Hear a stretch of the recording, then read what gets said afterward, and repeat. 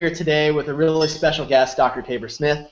And the reason I have Dr. Tabor on this Google Hangout with me tonight is last week I sent an email out to my loyal list of subscribers, my tribe, and I asked them, hey, what is it that you're struggling with in practice? You can ask me any marketing question or any practice building question that your big heart desires. Like, I don't care what it is.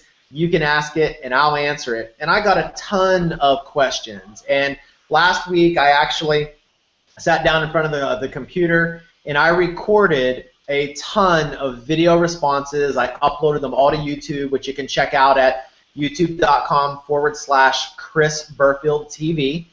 And you can see all those. But one question in particular that I got that I felt that I really wasn't an expert in was the question I got from a doctor that asked, Chris, what is the best way to start or transition into a cash practice? So, what I've noticed, and I'm sure a lot of you have noticed, is that the writing is on the wall. Insurance companies are cutting fees left and right for chiropractors all across the board. And it's been this way for years, but it just seems to be getting worse and worse and worse. Now, when I had my practice before I sold it at the end of 2010 to go into teaching marketing full-time, I had a practice that was about 60% insurance, 40% cash. So I really don't feel like I was qualified to answer that question. However, a very good and dear friend of mine, Dr. Tabor Smith, who I have here on this hangout with me tonight, was kind enough to get on here and share his experience of how he transitioned from insurance to cash. And I'm really, really excited that he's here with us tonight. So Tabor, thanks for taking time away from your family to be here tonight to share with our doctors how you actually did it, because you've been very successful with it. And I want you to talk with them why they did it, or why you chose to do that, and how you did it. Well, yeah, thanks for having me. It's a pleasure to be here, and I'm not very far away from my family, so it's not that bad. And I'm laid back on my representing my Houston Texans here, and maybe someday we'll have a good team. So who knows?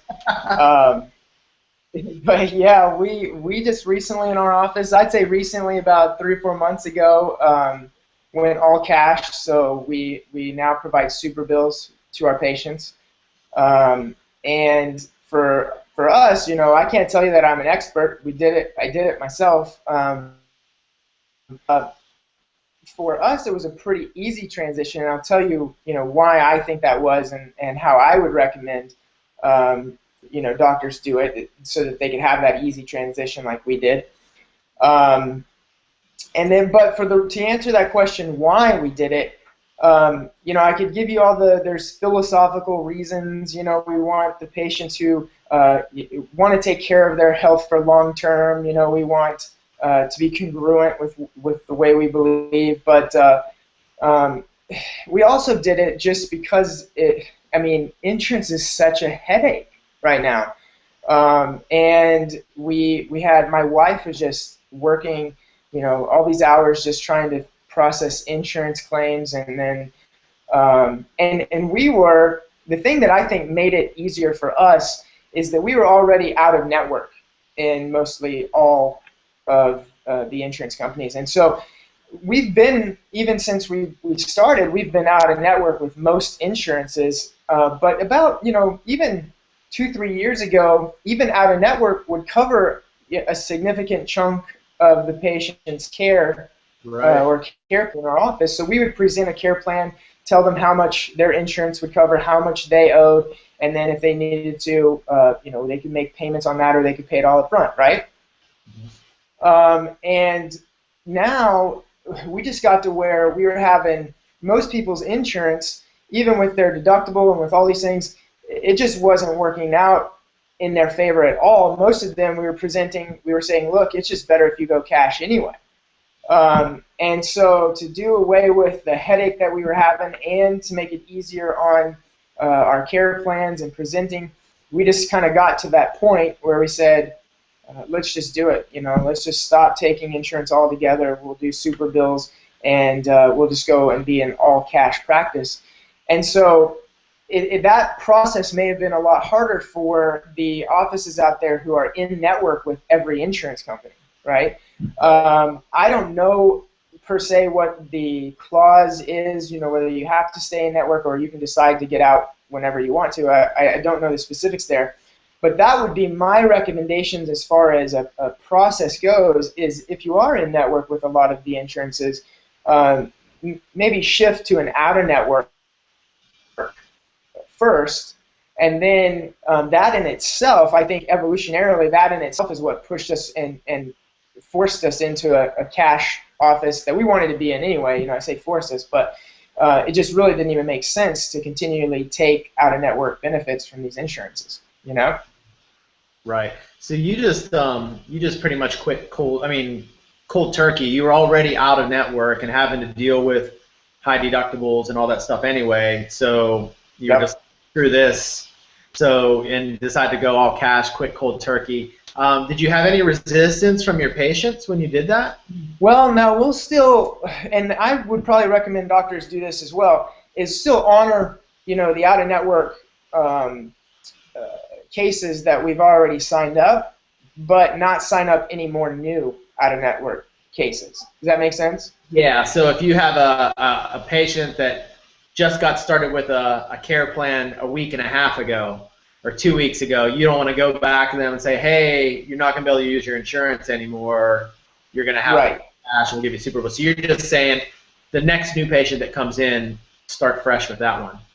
Right, exactly. And I kind of learned that in anything we do in our office, even if it's, and I'm studying CBP right now, the structural corrective care, and we add things into our office periodically, but I don't just come up to a person who I just told them how I was going to correct their spine, how I was going to change their life, and then say, oh, you know what, I was wrong, you need this, this, and this, and this, Right. So for all of the new people that we sign, they're going to start getting this, this, this, and this, and maybe somehow working that back into some of our older patients as we go as well. But I think that's kind of a gentle way to shift, is to say, at this point, we're going to go all cash from this point, and the new patients that we get right now, they're coming into all cash practice. Gotcha. So those patients that come in, even you were out of network, right? And let's say they had a $1,000 out-of-network deductible. In network, maybe it was like $500. Out of network, it's $1,000. What do you, I don't know what your care plans are, but let's say your care plans are $2,500. If a patient says, well, I've got this insurance and I thought I just had this deductible, and is there a way that you handle that? Or does that not even come up for you because you don't make it an issue?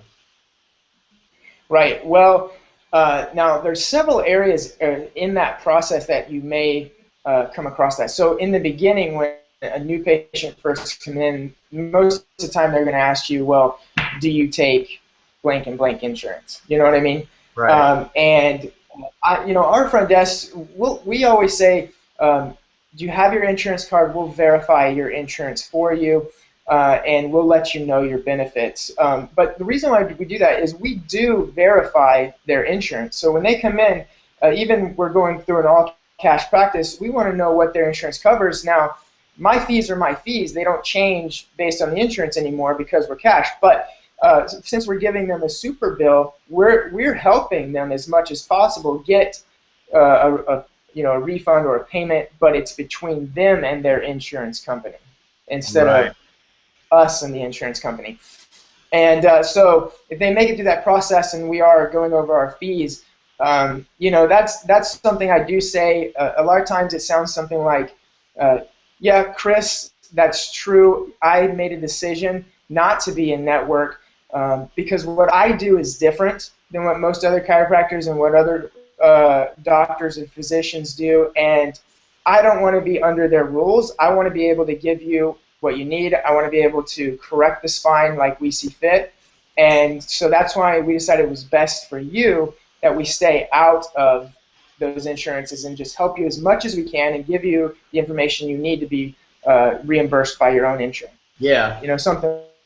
And I think that's a great idea. I wrote a blog article a couple weeks ago, and it was called, it was based on scapegoating.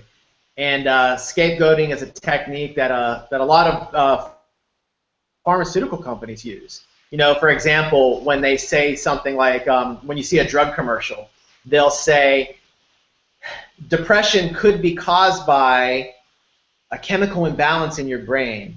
It's not your fault. So what they do is, like, they basically say, hey, depression is not your fault. It's caused by this other thing's fault, which is a chemical imbalance, and we've got this drug that can fix that, right? So what you're essentially doing is you're scapegoating to the insurance company, and you're making them look like the bad guy. Like, hey, look, they're, and you're not exactly coming out and saying, well, they're the bad guy, but you're saying, like, hey, look, what I do is different, and I don't want an insurance company dictating how I take care of my patients. Absolutely. I think patients would respect that, knowing that your primary focus and concern is their health first, not on what the insurance company says they will or will not pay for. Right, absolutely. That's funny you bring that up, because I was just studying some Dan Kennedy on sales, and he was talking about how never say it's their fault. You know what I mean? People just don't buy. It's like if you're trying to say, you know, there's this weight loss program. You would want to come across as, look, it's not your fault you're overweight. It's the industries. They're putting out this junk food that's almost irresistible. You know, it's everywhere. It's hard. You know what I mean? We understand your struggles. But if you came out and said, you know, it's all your fault. You're lazy. You're da-da-da-da. You need my program. Here, buy it for $1,000. You know, it doesn't work as well. It's not going to fly as smoothly. Yeah, it doesn't fly. Yeah, exactly. Yeah, well, that's good. So that's a good piece of advice. So if that does come up with patients, like, hey, wait a minute, like, are you not in network? Then you just say, well, no, I'm not in network, and here's why. It's because basically, you know, your insurance company's not going to give you the care. They're not going to pay for the type of care that you really need, and that's my number one focus. Yeah, and you know what? I think there's a lot of fear that you're going to get a lot of that, but I got to tell you, it just doesn't happen very often, and when it does, it's mentioned. I say that, and we move on with it, you know. And then a lot of times we are finding that with your deductible and with your co-pays, you're actually saving money by going cash in my office. Plus, you'll be reimbursed by whatever your insurance company will reimburse you with, you know. And that's another good point that you make, and that's what I like. We were out of network as well, so you know we still took insurance, but when people would ask me, like, well, what do you tell patients when they ask you, like, are you in network? And it was like it really never came up, because I mean sometimes it did, but it was so rare because we didn't focus. What you put your attention on is what you manifest and what you bring to life. So if you're operating out of fear, like you said, that, oh my God, what if they ask me about in network and out of network, or ask me why I don't take take insurance?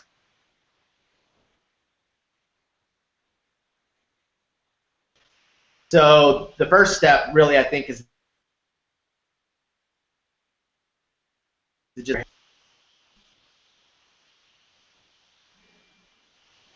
Yeah, and let's see. I was going to say, you know, the important thing is to focus on the patient's goals and solving their problems. You know, because I think that's what really people care about. You know, a lot of them, if they were just going to use it just for their insurance, I mean, how often do you actually get that? Where like someone comes in, no, I don't have any problems. No, I don't know what chiropractic is, but my insurance pays for it, so I was going to see if I could get some. You know, so it's that patient is coming in for a problem, or he's motivated by something, or they have some goals in their life that they're not able to achieve because of some things that are holding them back. You know what I mean? Mm-hmm. Or maybe it's a family-oriented presentation, and they have some goals that they just want to live a better life. They want a healthier family. But those are the things that we focus on, not will my insurance pay for it or not. You know, I really want to drive home the fact that we're a solution for them. You know. Yeah, definitely. And how many patient visits a week are you guys seeing right now? We're about we fluctuate a little bit these last few weeks. We're about 250 a week. So 250 a week? yeah, yeah. Oh, that's fantastic. Thanks. Yeah. So I don't think we really call ourselves. Congratulations on that. That's quite a feat. So tonight to talk about this a little bit. So just to kind of give, before we end here, can you just give a brief overview of what actions to take that we just discussed, just to kind of hit those bullet points again? Of a mix-up. Did I? I mean, you're coming in and out a little bit. Are you hearing me? Because I'm kind of. Yeah, I can hear you now. Can you hear me? Yeah. Sorry. A little bit of I have a lag. wireless connection right now, so usually I'm at the office. Yeah. Gotcha. That's what I thought. Well, what I wanted to know, yeah. if you could hit those bullet points just to kind of recap on what your suggestions are. Sure.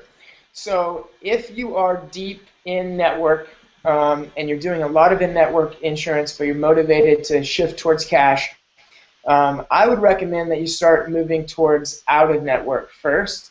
And then once you get into presenting an out-of-network package, it'll be much easier to shift into a full or all-cash practice. If you're already mostly out-of-network, you probably have some fears that that you shouldn't have, because if you're already doing mostly out-of-network insurance, it's a simple, especially now. Maybe 5-10 years ago it would have been harder, but now it is just a natural transition into all cash if you're already out-of-network.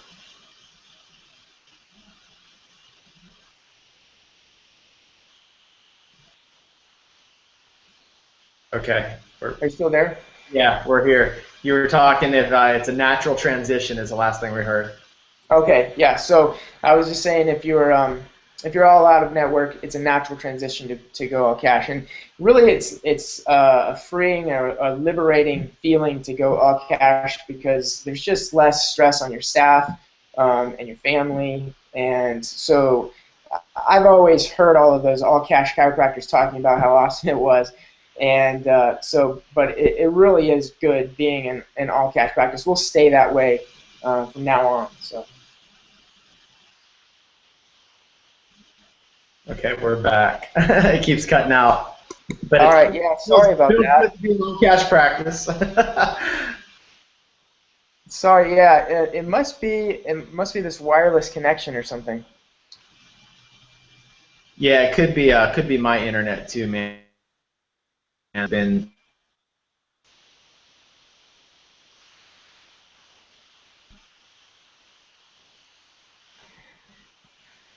So anyway, you still there?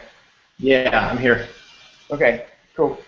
Yeah. So I was just saying that it's a good feeling actually being there and going all cash. And what I hung out with a lot of chiropractors who were all cash, and they would talk about how good it was and how easy it was and all those things. Even let me tell you a little bit about one of the motivations was not getting audited is a motivation that chiropractors have. Right.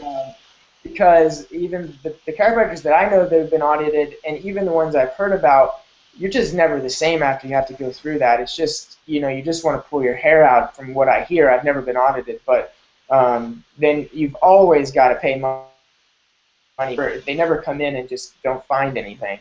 So that in itself is a motivation to go all cash, Yeah, not to scare anybody, but I have a friend who recently got audited and ended up owing $170,000 back to Blue Cross Blue Shield.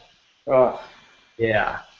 So, I mean, they were actually able to settle for a smaller amount, but it's still close to $100,000 that she has to pay back. So, yeah, that's motivation enough right there. Yeah, absolutely. So basically, that also get it out of your head that you're going to encounter problems. Yeah, I mean, it really is a much easier, smoother transition than you even think it is. And one of the things that you probably should do as you're transitioning is really focus on getting more leads, more people in the door. You know, using, maybe in some of your promos that you present. I mean, this month we're using your Christmas. What do you call it? Your Christmas promotion. Yeah, the Here Comes Santa Claus Christmas promotion. Right, and so we're focused on those things. We're focused on trying to set up more talks, trying to find more screenings, and when you're transitioned into that cash practice and you're focused on bringing all of these new patients in and you're signing up more and more cash patients, you worry less and less and less and less about that transition.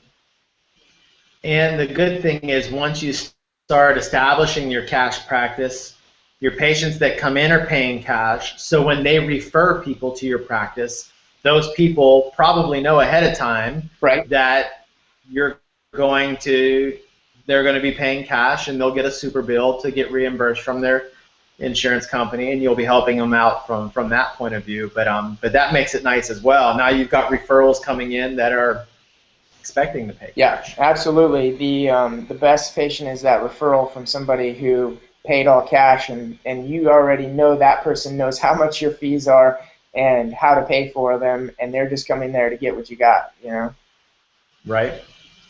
Very cool. Anything else to finish up with? No, other than this may be a case where that grass is definitely greener on the other side. I always thought it would be good to go cash, but every one of us has that feeling that we can't, for some reason, that we're not there yet.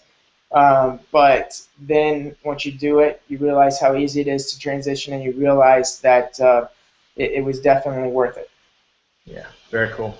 Well, awesome, man. Thanks again for taking time out tonight to do this, and I hope that those of you watching this tonight found this valuable, and if you're thinking about going cash, I think Dr. Tabor's laid out some great steps for you to start doing that. And one of the things that I've always heard over the years, that one of the best ways to do it is to just go cold turkey, just do it.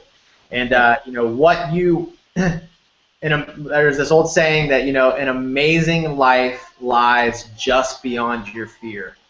So if you can just move through that fear that you have about taking that step to do it, an amazing practice, an amazing life lies just on the other side. So in the meantime, everyone, keep saving lives.